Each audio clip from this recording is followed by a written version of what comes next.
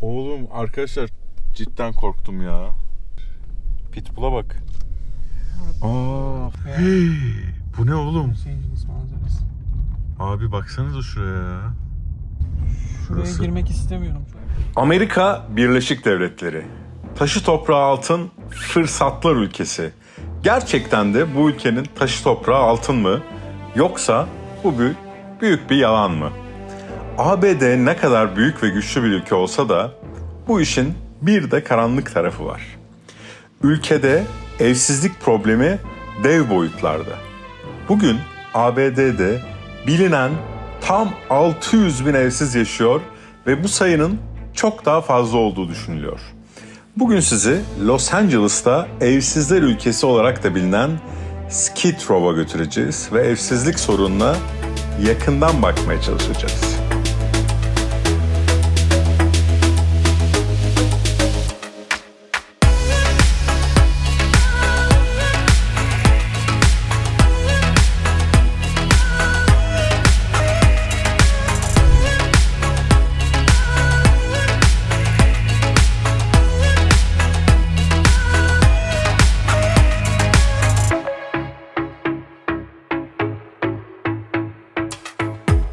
Arkadaşlar hepinize selamlar.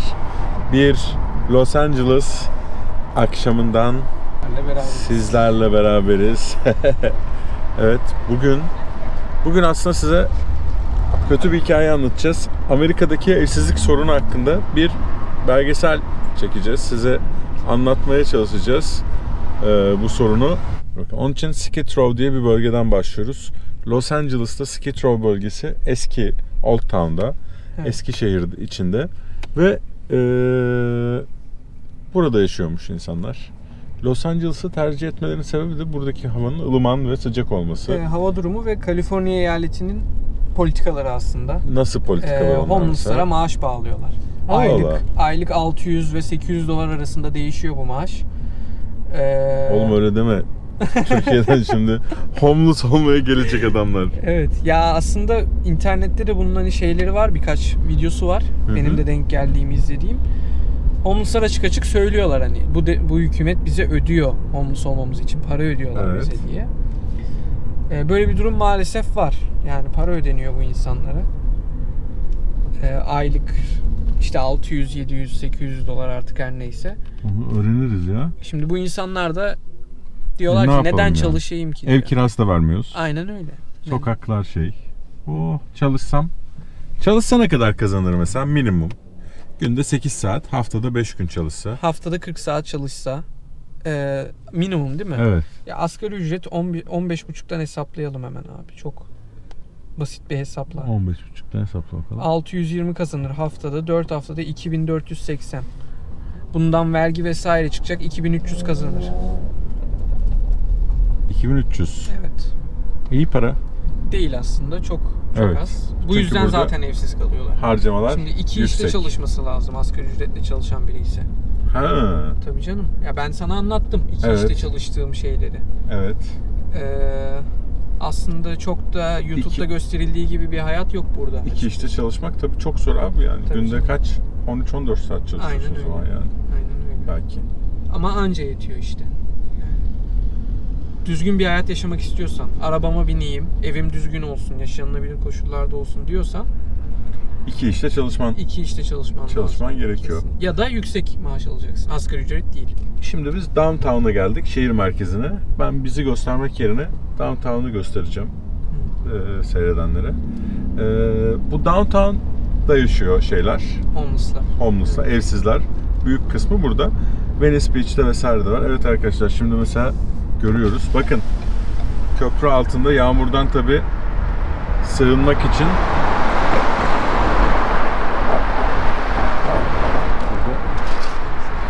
bayağı site kurmuşlar ya. He?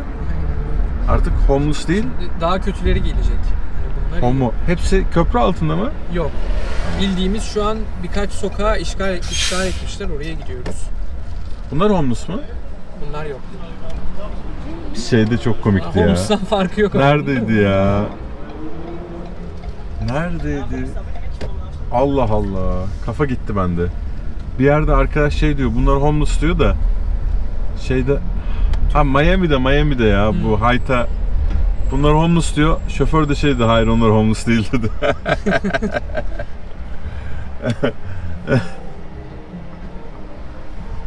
Bu kadar çok gezince bazen şey oluyor. O güneş de güzel batıyor. Aa, Crypto.com Arena burası mı? Evet, burası. Yarın buraya geliyorum maça. Şimdi Crypto.com şurada solda kalıyor. Ha öyle mi? Evet. Tamam. Yarın maça buraya geliyorum. Hatta burası direkt ya. Maçtan sonra bu kadar insan nasıl geri döneceğiz? Nasıl yani? Uber çağırabiliyoruz değil mi? Tabii canım. He? Aynen öyle. Crypto.com Arena'dan Yani öyle burası. mesela Ha, çok güzel. Arkadaşlar Los Angeles Lakers, bu başka bir ismi vardı. Staples Center'da. Staples Center.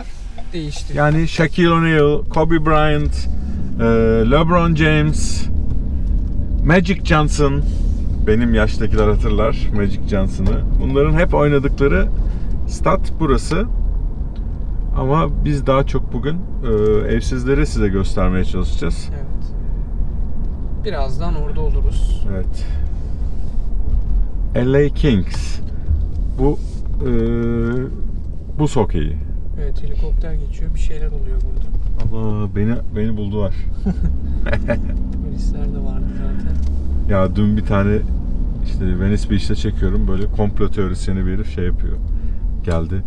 O diyor casus uçak diyor. Seni diyor planör diye kandıracaklar diyor. Sakın inanma diyor. Vay be. Sonra bir daha geçti, harbi casus uçak gibiydi ha. Çok acayip. Vay be.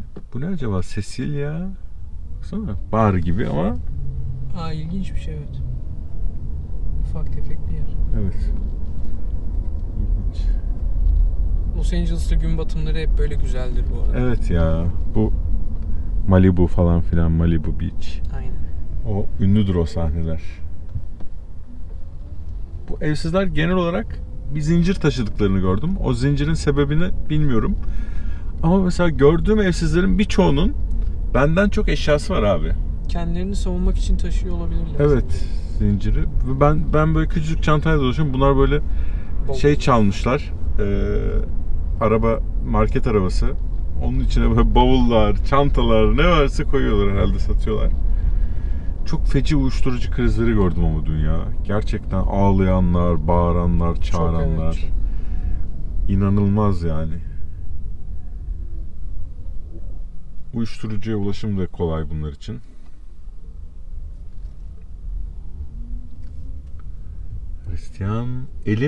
Hristiyan Kilisesi. Pastores. Direkt şey zaten. İspanyolca yazmışlar zaten yani. Oğlum arkadaşlar, cidden korktum ya. Pitbull'a bak. Abi inanılır gibi değil ya. Oğlum o sokak ne korkunç bir yerdi lan. Adam bir şey atacak gibi yaptı değil mi bize? He. Hepsi siyahi. Çoğunluk siyahi, evet, maalesef.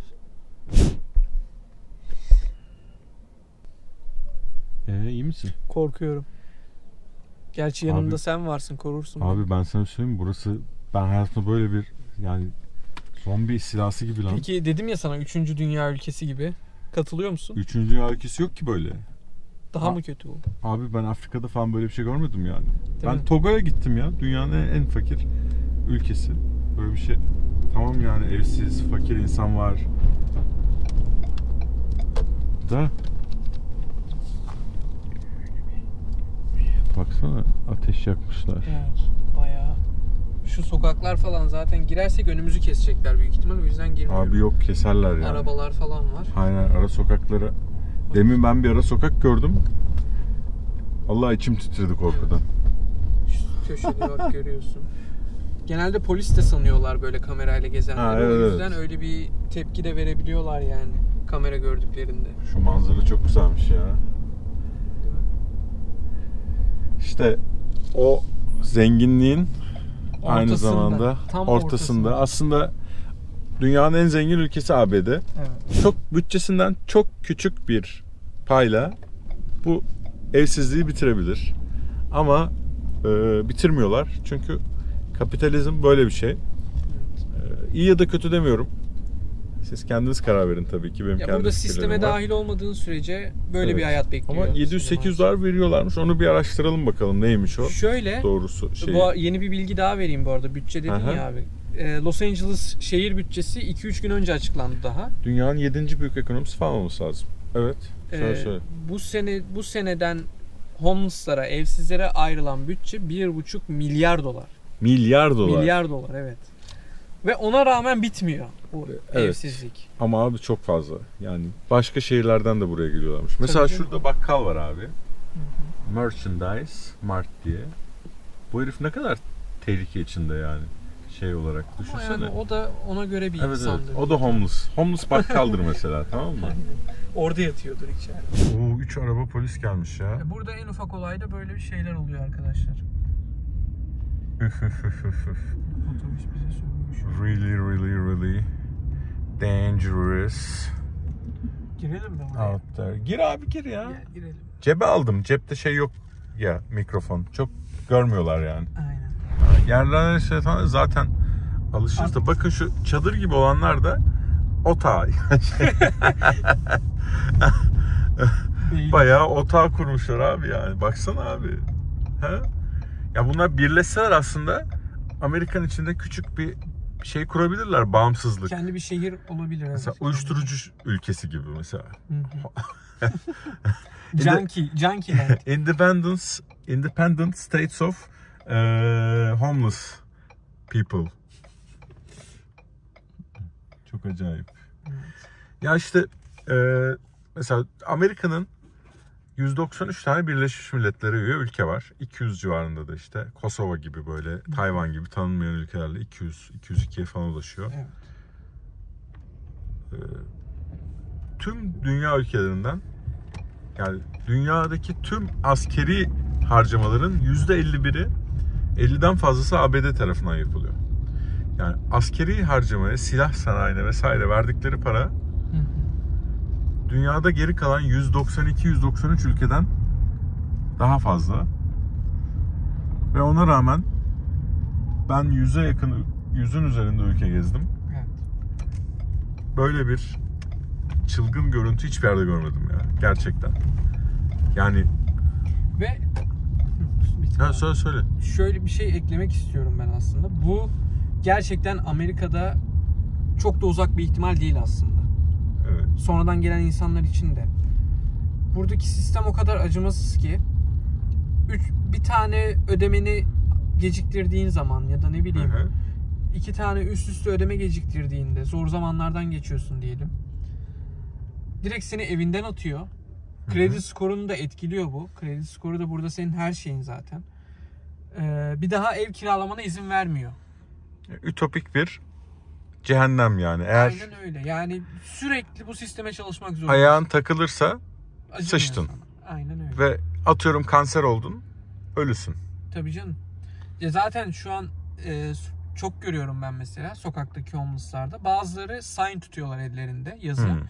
İşte 3 yıl önce brain cancer'ım olduğunu öğrendim, işte beyin kanserim. Ondan sonra homeless kaldım. Neden? Çünkü çalışamıyor adam. Evet.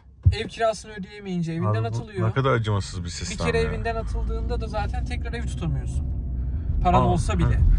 Ya mesela Miami'de böyle çok tatlı bir çocuk.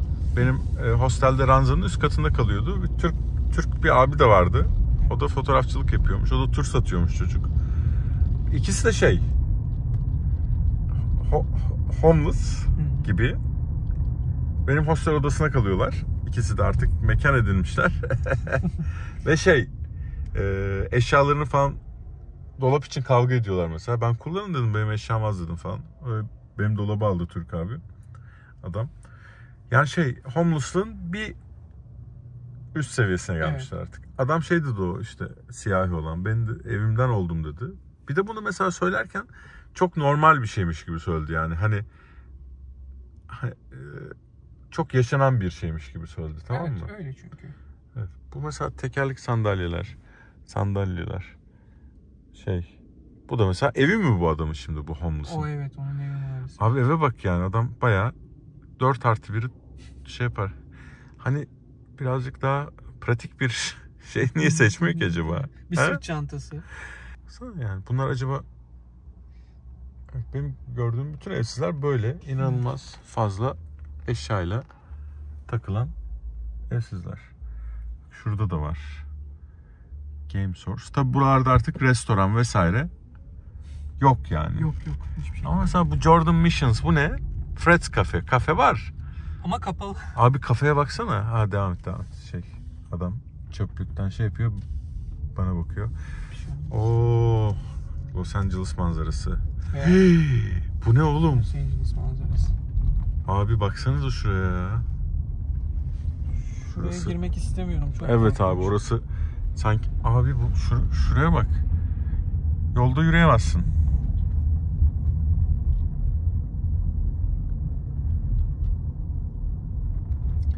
Öyle yani. Skid Row burası abi. Evet, Skid Row Ve grubunun gibi hiç umurlarında değil. Yolun ortasına atlıyorlar yani. Böyle essem geçsem. zombi gibi olmuş artık ya şeyden. Uyuşturucudan vesaire. Evet arkadaşlar. Size ABD'nin her yönünü göstermeye çalışıyoruz. Mesela bu adam da mı evsiz? Evet bu da evsiz. Ama mesela burada beyaz olsan evsiz kabul ederler mi acaba Şu seni? mesela evsiz beyaz. Ha? Gitti. Ha Beyaz mı? evsiz. Tabii canım o. Brothers Market mesela. Brothers. Bu şimdi evsiz marketi mi yani? Evet evsizler geliyor. Burada normal insan gezmiyor zaten abi ya. Tabii Çok... canım oyarlar. Aynen öyle. Üzücü. Buralar artık onların bölgeleri. Yani burada başka şansın yok. Çok acayip yani. Çok üzücü. Bak burası birazcık daha ama clean bir bölge gibi. Çünkü burada bakkallar falan açık. Evet. Ama o içlerde kötüydü İçi abi yani. Çok kötü. O manzara çok güzel bu arada ya. Tam bir Amerikan manzarası. American Dream Evet. dedikleri. Arka taraf Nightmare, ön Evet. taraf Dream. American Dream arkadaşlar gelip de American Nightmare olmasın. Onun için defalarca düşünün. İngilizce bir söz var. Grass is greener on the other side. Onun için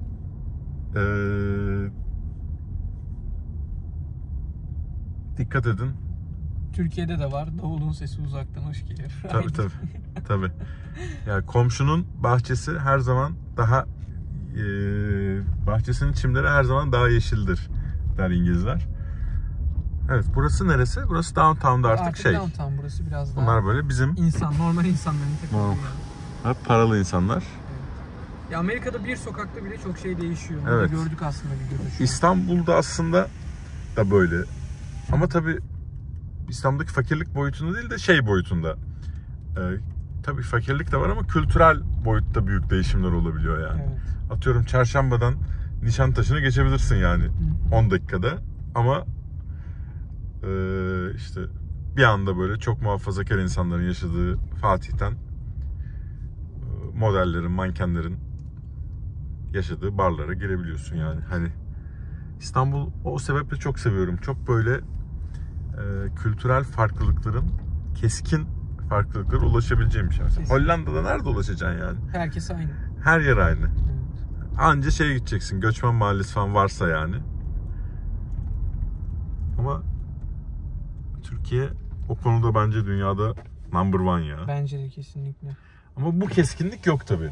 Yok, bu keskinlik yani hani sosyolojik olarak bu başka bir şey. Bu çok başka bir şey yani. Evet. Şey yani çünkü bir anda 3. dünya değil 4. dünya ülkesinden kendi konuşuyor, bağırıyor işte. Tam ama güzel bir zamanda çektik ha. Blue Sky, Sunset süper oldu.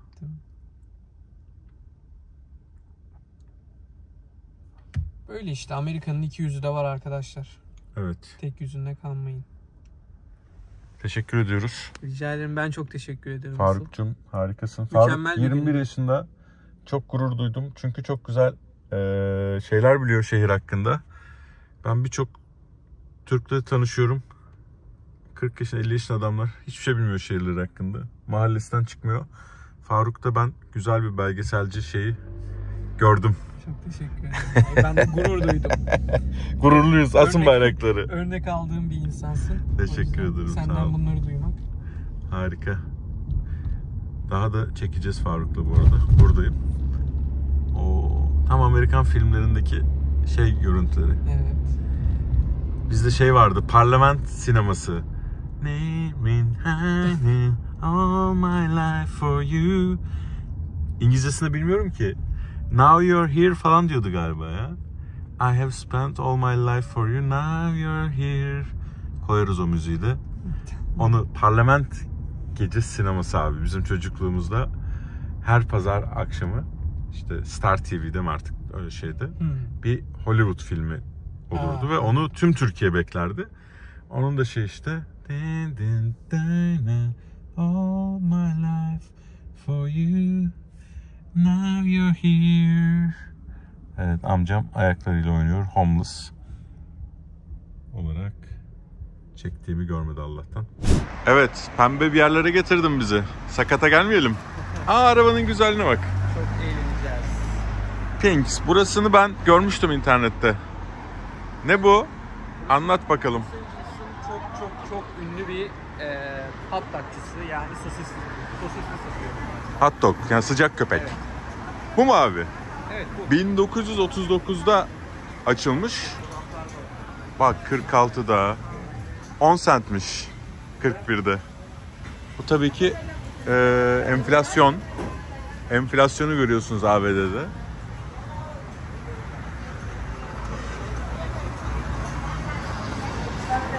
Menülerimiz. Fiyat yok ama. Ha var, içeride var. Ne kadarmış hot dog? Söyle bakalım. Mesela chili dog 6,5. $6 50 cent. Ha, chili dog, cheese yiyeyim ben. Güzel.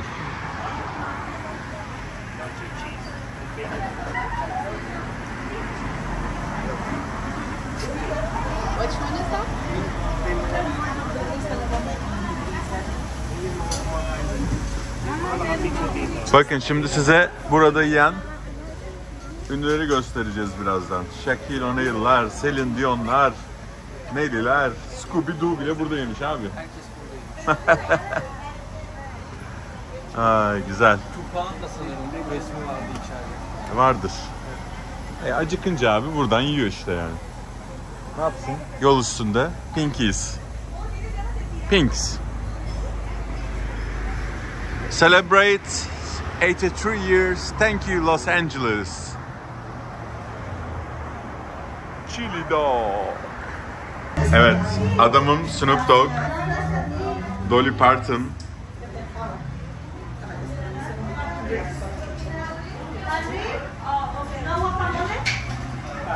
Kimler yok ki?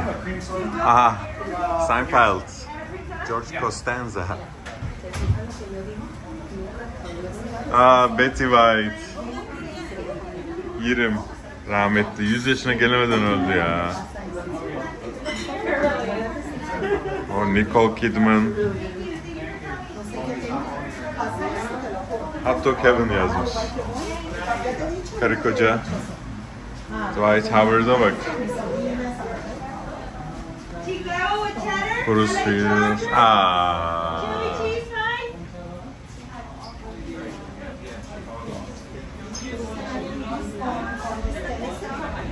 Yemin ediyorum Prens dizisinin oyuncuları. Shaquille.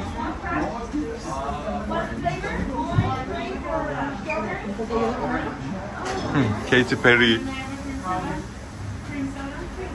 Oprah. Tarantino.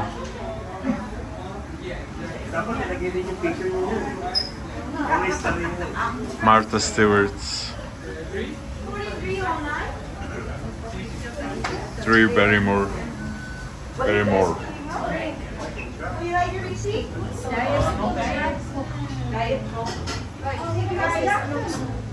Oğlum şurası o kadar alçak ki benim birazcık daha yüksek olsam kafama çarpacak.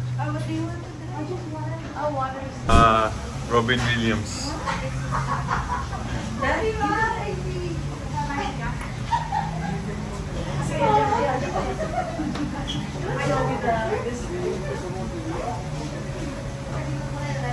Evet, bir Hollywood efsanesi ve tabii ki tatlı da aldım, kokonatlı. $40 arkadaşlar. Hepsi bayağı pahalı lan. Türk lirası olarak düşünmeyi bırakalım. Evet. Pinkis'te yedik. Güzelmiş. Klasik. Yani çok öyle muhteşem bir şey değildi be. Yok, bir overrated biraz ya, evet. Evet ama o ünlülerin fotoğrafları, imzalı fotoğrafları falan tabii orayı şey yapıyor yani. Çekici kılıyor turistler için. Onu da görmüş olduk. Yağmur mu yağacak acaba? Yok sanmıyorum. Floyd's Barber. Bu Floyd's herkeste galiba. Her yerde var galiba değil mi? Bunun şubeleri var, evet. Evet, çok gördüm bu Floyd's'u ya. San Diego'da da var. Army reklamları her yerde görüyoruz. Ha, Fight to Win. Marines for Fight to Win. Bu deniz kuvvetleri inanılmaz reklamı var ya. Ya direkt ordunun inanılmaz bir bütçesi var burada abi. Yeni asker olan bir tanıdığım var, Türk. Ha, Türk. Amerikan ordusuna girdi, evet. Benim gibi green card'la gelmişti buraya. Orduya aldılar adamı. Orduya aldılar, evet. Adam mı kadın mı? Adam. Adam. Ya beyanını sormadım ama atanmış cinsiyeti. Bu arada yağmur yağıyor galiba. Kızmasınlar. Aha, ilk defa yağmur gördüm Hollywood'da. Tam yağmıyor ama. Bu sabah yağmur var Hollywood'da. İşte o him olan arkadaş Aha. orduya girdi şu an. $10.000 bonus aldı sadece orduya girdiği için. $10.000 Direkt nakit yatırıyorlar hesabına. Allah Allah. Evet. Sadece orduya girmeyi seçtiğin için. Sonrasında tabii maaşın var. İşte ne bileyim. Birden fazla artısı var orduda olmanın. Mesela ev alırken. Üniversite okuyorsun. Evet. Üniversite şeyinizi ödüyorlar bir kere. Ha. O. Loan'unuzu Ev alırken ne? Ev alırken şöyle, normalde bir Amerika vatandaşı ya da normal bir vatandaş belli bir miktar peşinat verip mortgage sistemine, mortgage'e girebiliyor ev için. Krediyle, evet. Evet. Ama ordudaysanız eğer peşinat vermeden direkt taksitle bir ev alabiliyorsunuz. Ha. Hani sıfır out of pocket diyorlar ona. Cepten $0 çıkarak. Maaş ne kadar? Bir askerin maaşı. Ya o değişiyordur. Tam olarak. Senin arkadaşın kaç alıyor biliyor musun? O şu an training'de 6 ay boyunca. Sanırım aylık ev kirası ödeniyor. Aha. Şu an geride bir ev bıraktı. Hazırlık yapıyor yani, evet. Aynen, şu an eğitimde. 6 aylık bir eğitim süreci Ev var. kirası ödüyor. Başka? Evinin kirası ödeniyor. Artı sanırım bir $600 gibi de bir harçlık veriyorlar. Ha, okey. Çok fazla değil. Ama kiran ödendiği için $600 yeterli. Cebe kalıyor. Zaten bu mesela ben Marmaris'te çalışırken işte 2000 yılında, 2001'de galiba dünyanın en büyük savaş gemisi geldi. Irak'a gidiyordu. Müstecdeydiler mi? Yok, o şeyde. O 60'larda mı 70'lerde mi neydi? Burada bugün var. Ne? İyi denk geldi. Paramount. Burası Paramount Pictures stüdyoları. Aha. Ne var? Polise soracaktım. Ama Bunlar bir ne gala oğlum bu arabalar? Gala Hepsi var. ünlü. Bunların hepsi Baksana. Uber Black abi. Öyle mi? Evet. Hepsi Uber Black bunların. Ha. Burada da var, gördüğün gibi çok yoğun şu an burası. Aa, hayret. Ne diyorduk ya? Ulan kaldı. Ha, asker maaşı 600, iyi. Aynen. Ya bu gemiye gelenler abi, şimdi 6 ay 7 ay hiç gemiden çıkmıyor askerler. Böyle çoğu sailor, işte denizci, asker bile değil. Abi 6-7 ay adamlar maaş almışlar. Atıyorum $3.000, $4.000 maaş almışlar. $20-30.000 ceplerinde. Hiç harcayamamışlar yani. Bir çıkıyorlardı, deli gibi alışveriş yapıyorlardı ya. Böyle artık çıldırmış gibi alışveriş yapıyorlardı. Yaklaştık mı Western? Geldik. Western Şimdi burası mı? Sağa döneceğiz buradan. Western Avenue. Western. Aslında gerçi çekime izin vermiyorlar. Ne? Dispensary'de de bir çekim yapabilirdik diyecektim. Dispensary ne? Legal ot satan dükkanlar. Ha, okey. Onlar bilmiyorum artık her nasıl yerde var ya. Bu Korean Town'da da baya Korece. Ha, bugün buradaydım işte ben ya. Buralarda yürüdüm ben abi. Baksana Lil Wayne Evet. gelecekmiş bak şu tiyatroya. Yarın G-Eazy konseri var. Ha? G-Eazy. O ne? Şarkıcı. Oğlum şunun kulakları mı var lan şu adamın? Şey yapan. Adamın kulakları o. Yok abi. Ha yok değilmiş. M harfiymiş lan. Evet. Walter. Hala bu şekilde yazmaları mükemmel değil mi Bu ya? adam. Human Bakayım. Me, Myself, I. G-Eazy. Ben tanımam etmem böyle şeyler abi. Yaklaşık 16 milyon dinleyeni var. Abi. Ne? Ne? 60 dolara bilet aldık ya. Ha gidiyor musun? Evet. Yarın. Hı. Hadi bakalım. Gel sen de. Yok. Ben anlamam öyle şeyler. G-Eazy falan bize. Yarın akşam geç gerçi de. Bizim tek bildiğimiz G-Point'tir abi.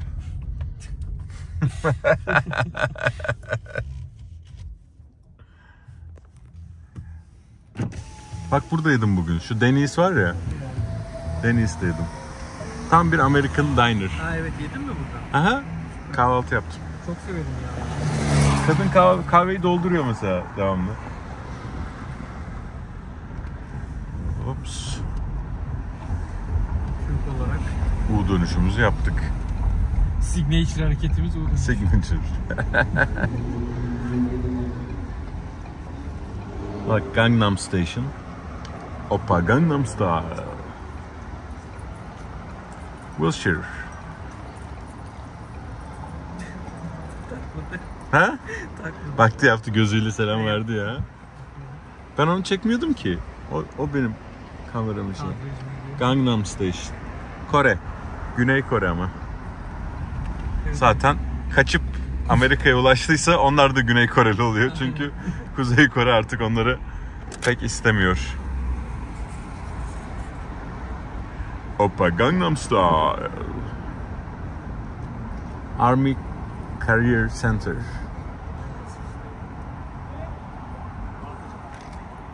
Boba tea. Hello. Kendi hay dedi kız. Ben demedim.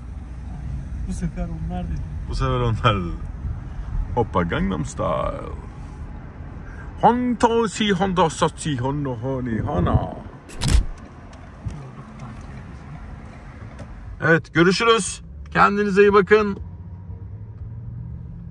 Bye bye. Bay bay.